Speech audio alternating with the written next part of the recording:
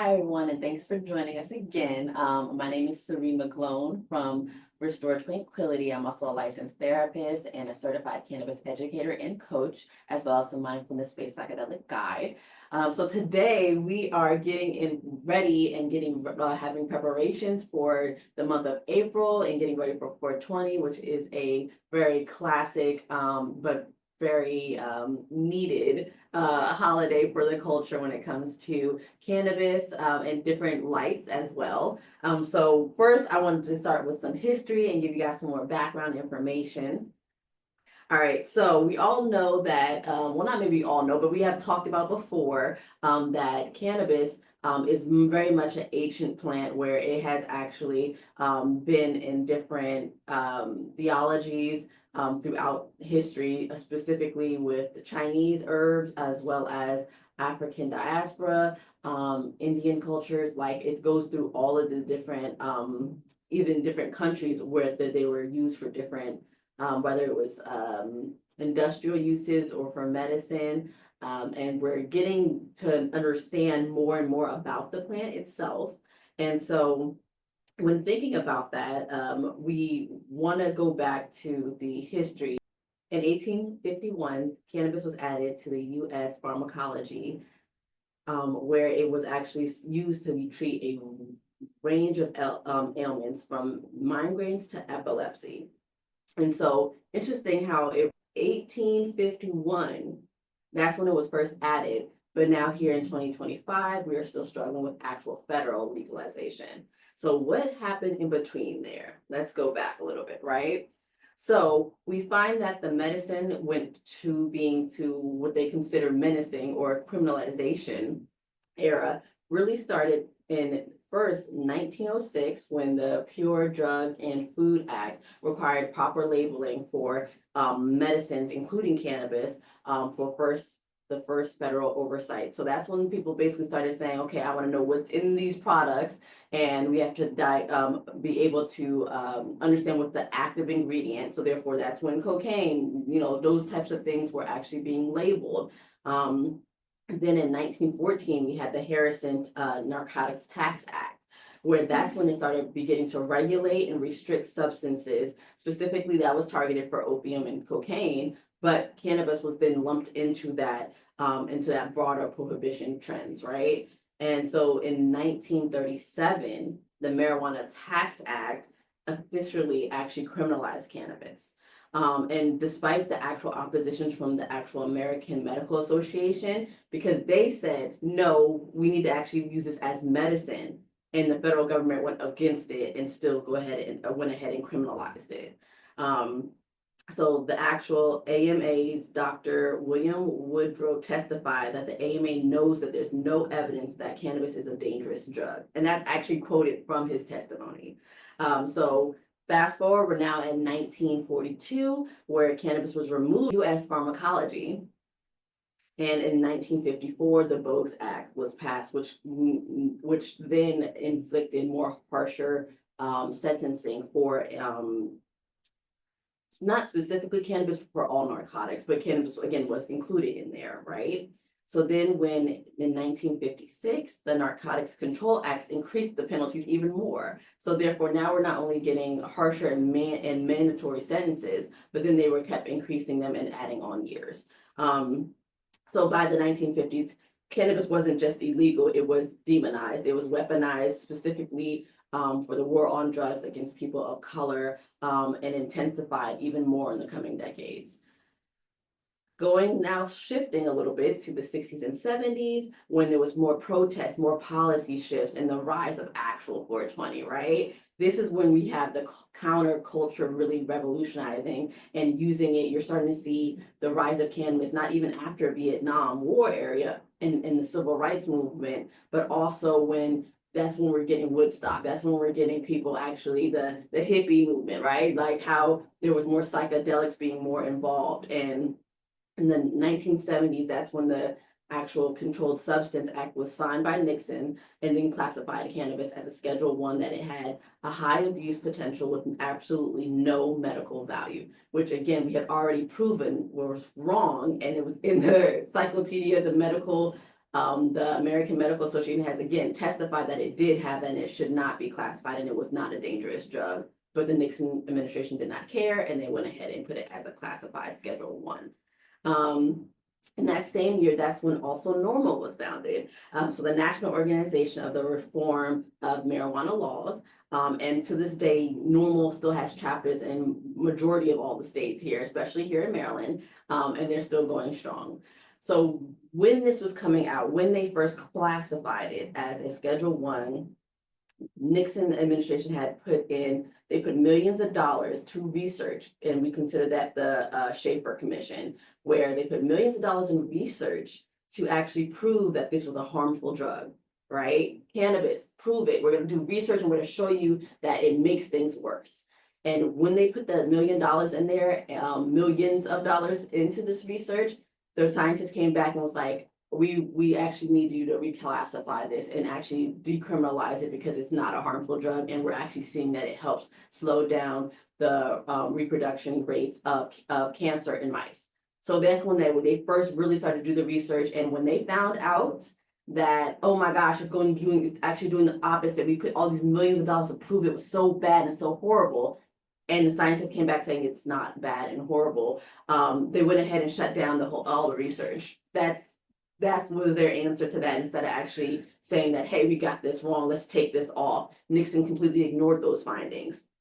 And so then in 1974, the NIH studied, again, showed cannabis weakened, they were trying to show that cannabis weakened immune systems.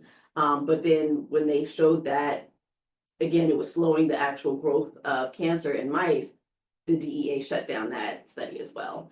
And so then in 1976, so yeah, 1976, the commission, the Compassionate IND program launched, which was allowed for the federal government to grow cannabis and actually supply it to up to supply it to patients that had those chronic illnesses, so like cancer or glaucoma, because that was one of the qualifiers.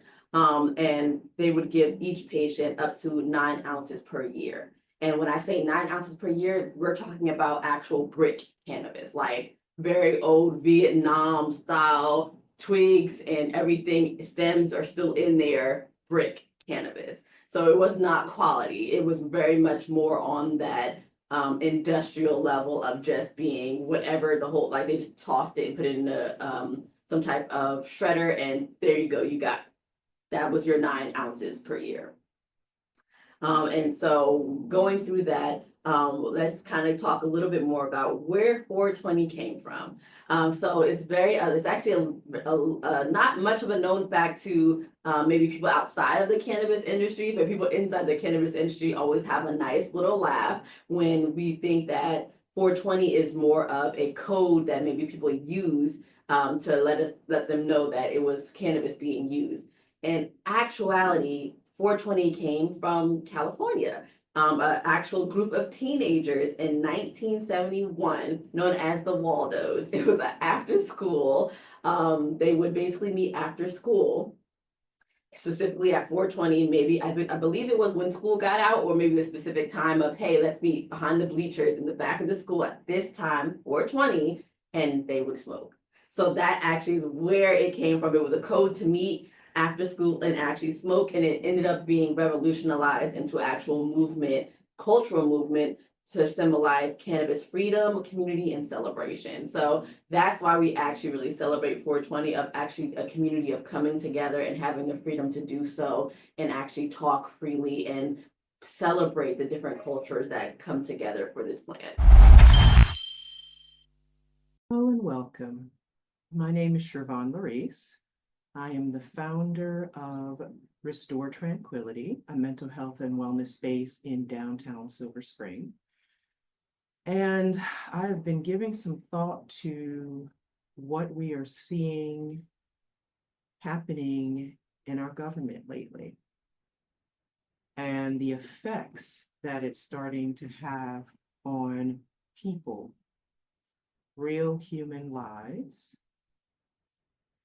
and their families, because of decisions that are being made by those currently in power. It is designed to sow chaos and fear. And I just wanted to share that I have been feeling it even as a therapist and mindset coach, along with everyone else in this area. But the thing that I came to in the last couple of weeks in particular, as I continue to see the rollouts of these decisions and the effects on friends of mine and clients that I have that I've been working with, as well as the general population in the DC, Maryland, and Virginia area in particular. I came to the conclusion that I cannot allow fear, uncertainty, and chaos to rule my life. And the way I'm doing that and holding on to that is to take some time each day in the opposite energy of fear, and that is in love. Love gives us not only the warm fuzzies that we think of when we think of love, but it also gives us a sense of compassion, connection, peace. You can step into tranquility on that side of the spectrum. And so each day I start with sitting and coming to my breath and just noticing what's coming up within me. I take some time to journal what I'm grateful for in that moment, on that day, and set my intention for the day. And then I take some time in silence and just close my eyes, tune into my breath, and I go inward. And I find that sense in my heart center of love, peace, compassion, joy, connection to all the things that matter, all the people that matter in my life. And from that place each morning, I'm able to then step into my day and be present and connect with each person, whether that's a client, an acquaintance, family member, friend, neighbor, from a place of love rather than fear or anxiety, agitation. I'm in more of a space of compassion, empathy, joy, peace, connection. And so I invite you today to do the same. No matter what might be going on in your life, allow yourself a moment of peace and connection each day. What it'll do for you is to help you to move differently in the world. It'll help you make a decision or decisions in your life from a place of love rather than fear and anxiety. I invite you today to connect to yourself and to step away from the chaos and fear that is being sowed by the government. If you would like to reach out, feel free to leave a comment in the comment section below, or to visit our website at restoretranquility.org. And if you would like to have someone to talk to, whether that is therapy or coach, one of our therapists will definitely get back to you. Take care of yourself. And thanks for being here today and listening. All right, so going back to the war on drugs, right? So now we're getting closer to the 1980s, where we're moving from Reagan to Clinton, and cannabis, the war on drugs is in full swing at this point. Cannabis went from a symbol to being a counterculture to targeting to being able to target mass incarceration for people of color.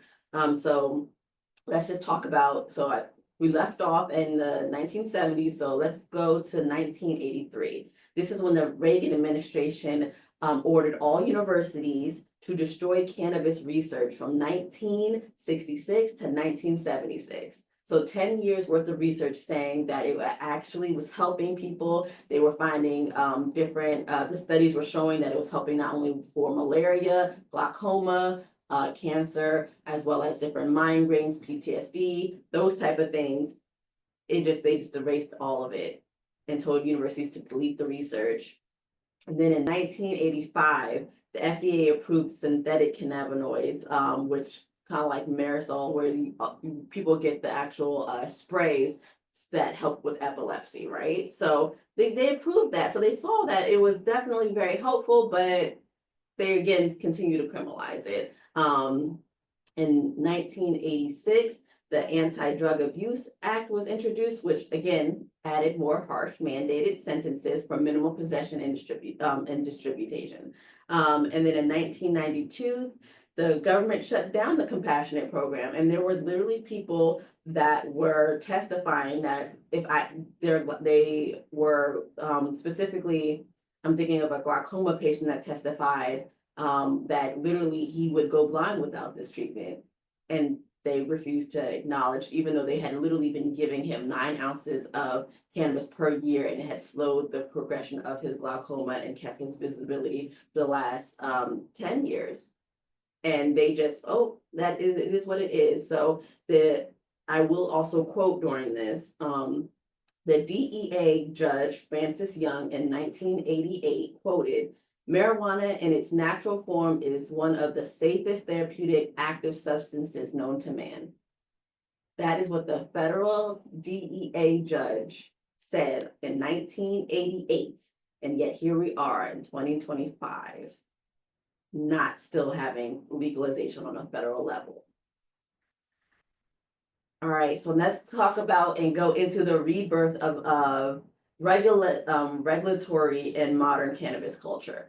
So it is unfortunate that even though that there are a lot of buzzwords and a lot of things going around and trying to create friction and advocacy for this movement, we have to be able to use the right terminology. And a lot of people are believing that cannabis has been legalized in a lot of different states. Unfortunately, it has actually not been legalized, but it has been regulated. And that's the difference of you are able to be regulated. The state is saying that you can regulate this cannabis by giving it to only from people in dispensaries over 21, but it is not legalized. It is only regulated plant medicine, okay? So as we continue, we have in 1996, California became the first state to regulate cannabis, not legalize, but regulate through Prop 215, yes, Prop 215. And then in 1998 to 2000, Oregon, Washington, Alaska, and some others followed that, again, of regulating, not legalizing, okay? In 2018, the Farm Bill legalized hemp-derived CBD federally. Okay, so that part has been legalized. Hemp CBD has been legalized. Okay, and as we go over in 2025, over 35 states have legalized the medical use, and more than 20 states have legalized recreational use.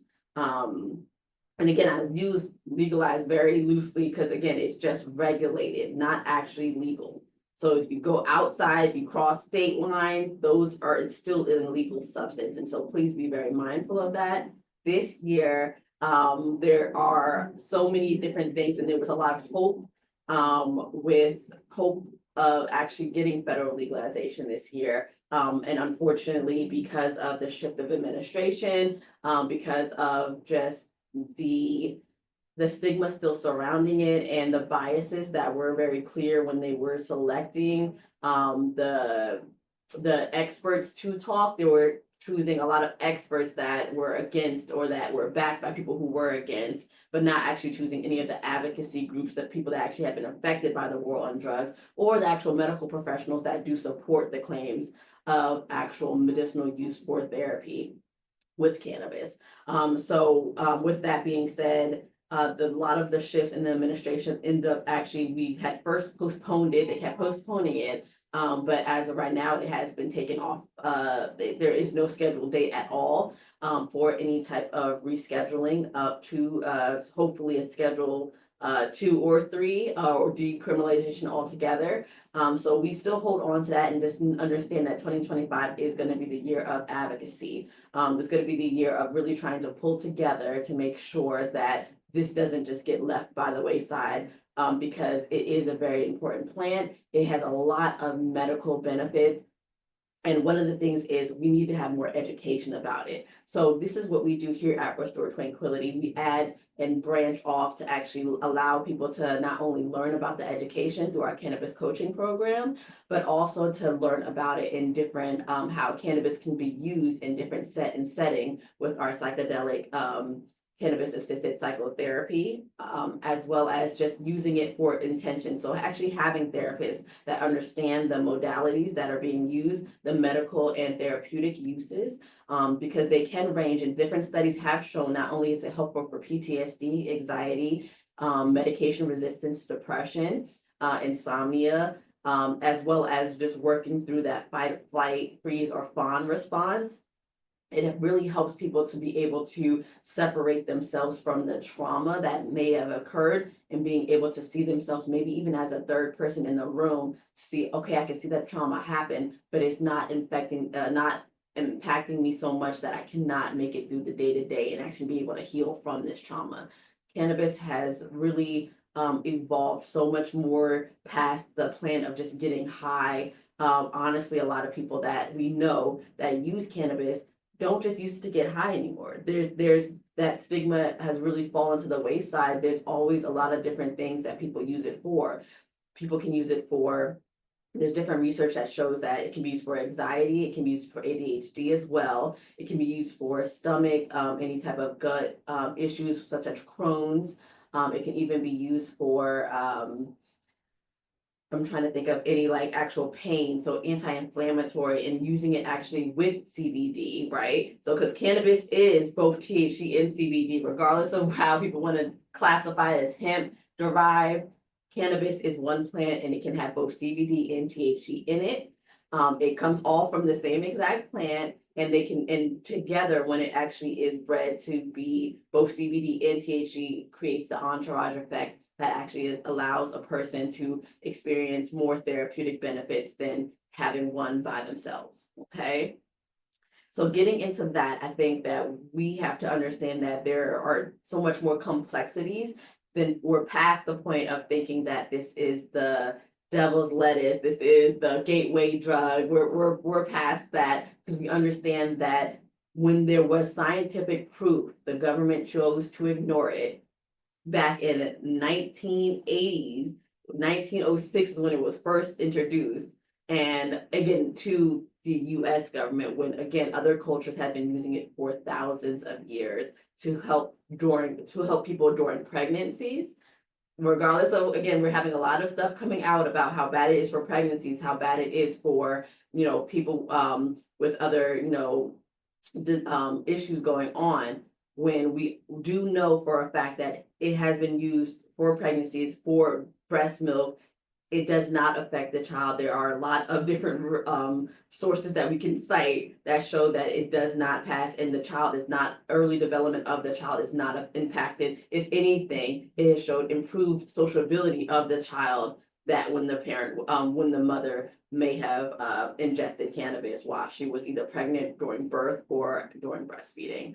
So again, there's a lot that we just is not being put out to the mainstream media. And it's really important for people who not only engage in cannabis use, but also people that maybe have been curious to actually learn the education.